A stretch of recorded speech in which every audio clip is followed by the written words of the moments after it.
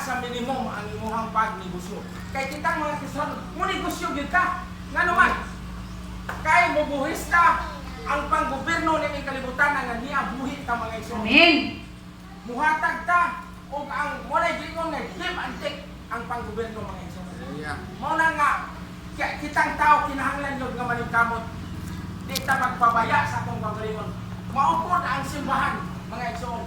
Ang kakuha nato sa simbahan, kutabang ta muhatag ta ikapulo, muhatag ta mga halal. Mao na siya. Mao na nga ang pagpuyo nato ning kalibutan na kinahanglan makasabot gyud ta sa atong pagkatao. Mubuhis ta mga igsoon. Kay aron ang gobyerno nagahasa awag nga pabuhison kay ang tao. Ug ang espirituhanon nga bahin mubuhis pud ta diha sa Ginoo.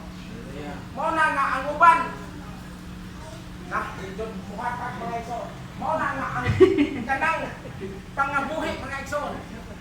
Wa gyud nahimong tinumlo. Oh, tinuod na mga kaigsoon. So, klaro lang na ako, no? Okay. So, mo bito na akong ngayong ganina, nasa akong pagkinabuhi, kinahanglan patas. Kinahanglan pantay.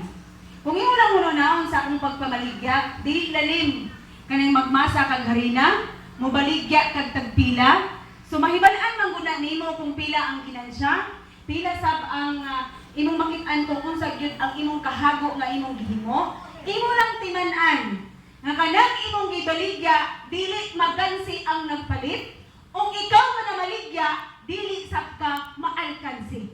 Kay basig na maligya ka, wala nay puhunan. Unlod na ang puhunan, lutaw ang ginansya.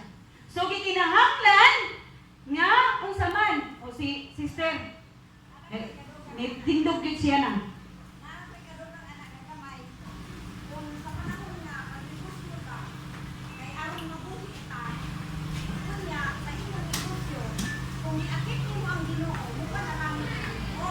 Amen. Amen.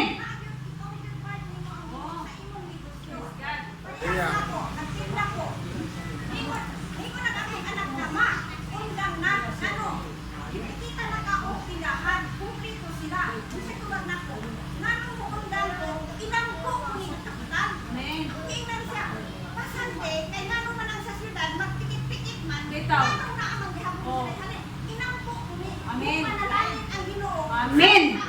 Praise God. Hallelujah. Oh. Oh.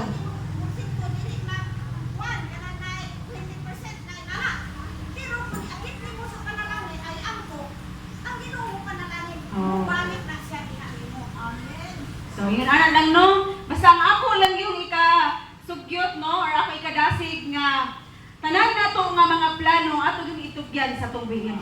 Og tanan nato nga gibuhat kay kita may mubuhat wala tay matamakan. Kinahanglan ang atong pagpanginabuhi patas. Amen. Kay nga naman or bisan pag dili ta patasan or bisan pag gitikasan ta unsa himuon nimo pagpaubos lang. At least ang imong gihimo wala kay gitapakan. No? Kung unsa man ang naa sa imong gibarugan, mao na ang imong barugan. Kay kana siya, mao na siya na ay panalangin nga imong madawat gikan sa tungkol nga Dios. No? So ingon na lang, no? How to guard your heart. Kay kini lang muna atong kasing-kasing, mao gyud ni siya mo dikta kung sa atong buhaton. No? Kung sa atong himuon, no? Sa una-una, sa atong makita, sa atong malungog, once buhaton na rin mo, mas makasala ka. So makabantay na galit ka, makabalo na galit ka, nga kada nga itong pagkabuhaton, hindi siya maayo, ayaw na siya at himua. Ayaw na pasudla sa imuhang kasing-kasing.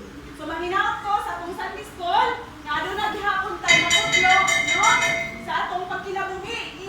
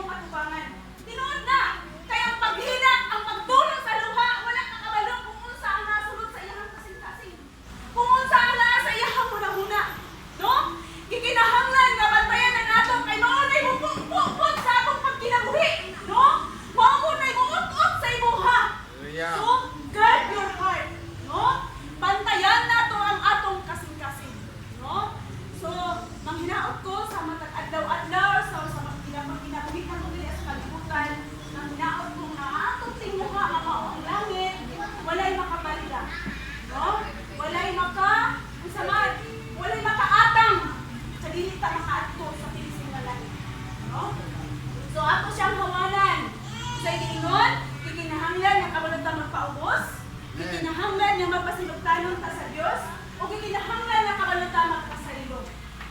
So mao na timaan nga ikaw anak sa Dios. Hallelujah. So manindog ta lang sa katapusan nato mga pag-ampo. Praise God, hallelujah.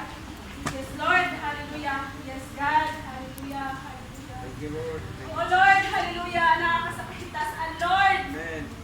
Lord, tag-iya ka sa among kinabuhi. Og Lord, ikaw na ibalo sa among tagsa-tagsa ka pamuna-muna o tagsa-tagsa na mo kakasing-kasing nga naasunod sa among ang kinabuhi. Hallelujah. Lord, magadaday ang imong panalangin, sunod ka na mo Ginoo. Amen. Nga Lord, ikaw magabantay sa among kasing-kasing, Lord. Yes, Ikaw Lord. magabantay sa among una-una, Ginoong Dios. Nga kining ana sa sulod sa among kasing-kasing, Lord. Ako na mamuyo diha kanimo nga ikaw magalimpyo, Ginoong Dios. Amen.